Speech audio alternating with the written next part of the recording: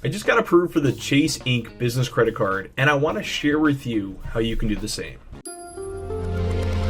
So the card that I got is the Chase Inc. Business Preferred Credit Card. It's actually the card that I wanted because it has really good points system, especially if you're spending money on advertising like I am. But the other two business credit cards that are really good from Chase include the Chase Inc. Business Unlimited Credit Card and the Chase Inc. Business Cash Credit Card.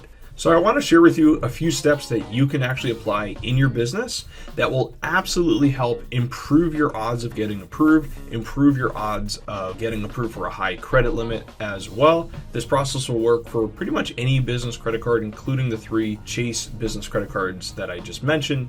And you can apply this right away, so let's go ahead and dive in. All right, so I broke this down into a couple of steps for you. The first thing is you need to have a business. I'm sure you knew that already, but you want to make sure that you set up your business properly. In a perfect world, you would have your company, it would be seasoned, it would have a great business credit profile, it would be listed on the 411 database, it would be able to be found online. All of these things are really important, so you want to focus on each of these steps. I do have other videos which go into this in a little bit more detail, but the nuts and bolts of it, the main pieces of it is that you want to have your company set up. It doesn't have to be seasoned, and you want to have your business credit profiles set up as well. So when you set up your company, you make sure that you have name of your business, your EIN number, your business checking account, all that, figured out. And you do want to have an online presence. So you want to make sure you have a phone number for your business, preferably a local number.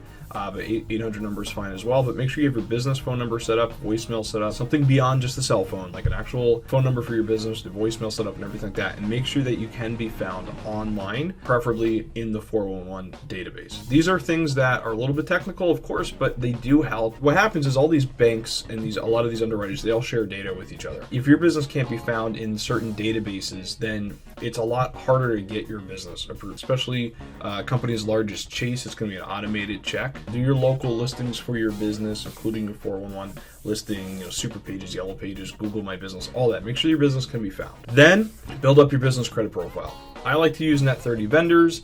I will share a video or a link to the video that I have that talks about that more in detail. But you can build your business credit profile using Net 30 vendors. Very simple. All that means is that you're getting vendor or trade line accounts to boost up your business credit score.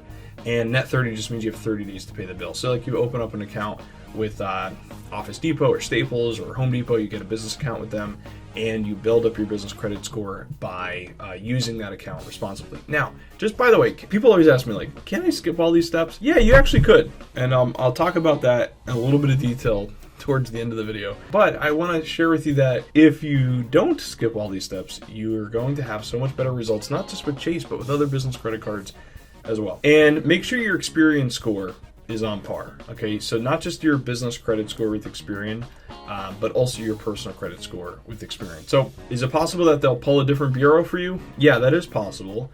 When I did the application, they pulled Experian for me, okay, and that's been relatively consistent, but we don't know what's going to happen in the future. And what I mean by that is that you do have some business trade lines on your business Experian business credit profile, but also make sure that your personal credit score is in good shape as well. You don't want to have high credit utilization at the time of applying, and a perfect world to be under 25% or less for personal credit utilization. If it's lower, that's even better. 1%, 2%, 3% is excellent. If you're above 50% personal credit utilization, then it's going to be a little bit harder getting approvals, but I don't think it's impossible. As of the time of recording this video, the lending mode is pretty good. It's very good. In fact, the majority of the applications that are being done with Chase are getting approved. So overall, lending mode is pretty good, but still take some time, look at your personal credit utilization if you don't know what that means. Very simply, it's just like the total amount of revolving debt that you have, the total balances. So if the balances are $2,500 total balance, and the total limit of all your personal credit cards and your revolving debt is $10,000 limit, and your balance is $2,500, that would be 25%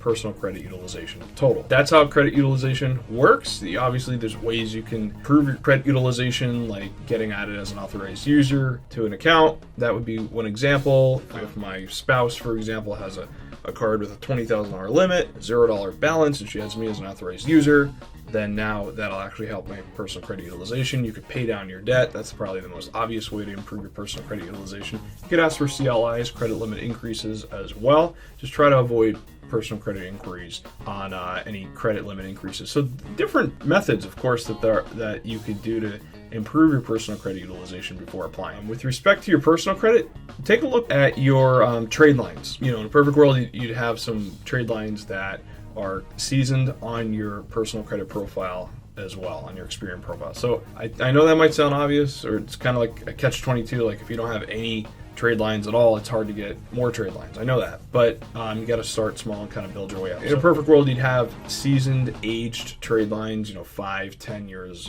or more on your personal credit profile, and limits of at least 10, 15,000 or higher. Now, not everyone's going to have that, so it doesn't really exactly matter. I've seen, even with income, which I'm not going to get into too much on income, because I've actually seen Chase and other business credit card companies do approvals where you may not have a lot of income, including a lot of business revenue as well. So it's good to look at if banks are startup friendly, and right now Chase is. I know you can't control a lot of this, but there are little things that you can tweak and kind of adjust to the best of your ability prior to applying. I don't want you to get too caught up in everything you never even apply. I think it's worth moving forward, but if you could spend a little bit of time working through these steps, you are going to find that you'll have better results than if you just go online and apply for the business credit card. The amount of that I got with my card, which, man, I love this card. I love it! The points are incredible, especially again on advertising and things like that. I got $36,000. That was my approval. My client got $50,000 for the Inc. Business Cash Card. And then he applied again for a second Chase card shortly after his original approval for $50,000. He got another $50,000 business credit card through Chase. The biggest difference I could see between my application and his application is he not only spent a little more time building things up properly, which is very important. One of the big things that stood out to me was that he applied in person, and he had a vice president of business lending that he had a relationship with. He also did make a deposit into the account, and he had a pre-existing relationship with Chase. So it's so many different factors, right? You're like, well, one thing is not necessarily going to magically the results that you want, but it's a combination of all these factors, okay, that do influence your decision. So I found that my clients that have the account first, open it someone locally at a branch and have large deposit, $5,000, $10,000 deposit into the account, their approval amounts are way higher. But for me, I did it online. I applied just chase.com, and I didn't open a business checking account first. I did not put money into an account, and I got $36,000. Now, I do have good personal credit. It's something that I pay attention to. I do have good business credit, but for this business that applied for the business credit card, it wasn't my main business. It didn't have incredible business credit profile, but I did have some of the trade lines built. I had the phone number listed, and most of the steps I just went over with you. So I hope this helps. There are so many other business credit cards out there that you can apply for. In fact, I do have a free training if you're interested in learning how to get over $250,000 in business credit cards without even having to walk to a bank or show tax returns. You can go to bccmastery.com. That's bccmastery.com, and you can attend our training there where we talk to you about the whole process of how we find all these other banks that are offering their own business credit cards. I think you'd love that. And while you're here, I hope you found value in what I just shared with you. If so, hit that like button. I always appreciate that. If you have any questions, just shoot them in the comments below. And don't forget to subscribe. Hit that notification bell so that you'll be notified when the next video comes out. Thanks. I'll see you later.